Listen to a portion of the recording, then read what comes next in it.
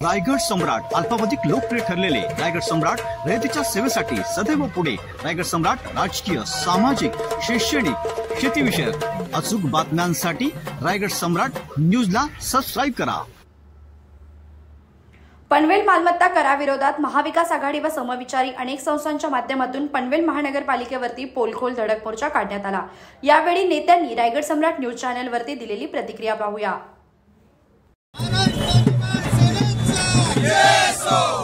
शासनाने राजसाहेब ठाकरे यांचा शास्त्रीकर रद्द झालाच पाहिजे। सुविधा नाही तर कर नाही। मालमत्ता कर रद्द झालाच पाहिजे। रद्द करा मालमत्ता कर रद्द करा। नाही, गेल्या काही वर्षामध्ये तुम्ही बघितलं असेल पनवेलमध्ये ज्या पद्धतीने भाजप आणि त्यांचे मित्र पक्ष हे लोकांवरती अन्याय करणारे डिसिजन घेत आहेत।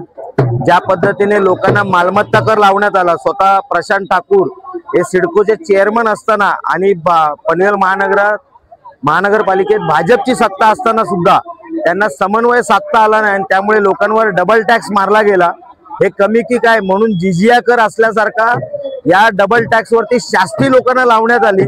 याचा निषेध करण्यासाठी आज विरोधी पक्षातले सर्व पक्ष म्हणजे महाराष्ट्र नवनिर्माण सेना असेल, शेतकरी कामगार पक्ष असेल, शिवसेना उभाटा गट असेल आणि इतर आमचे सहकारी पक्ष आणि सर्व सामाजिक संघटना या विरोधात आज रस्त्यावर उतरलेले आहेत।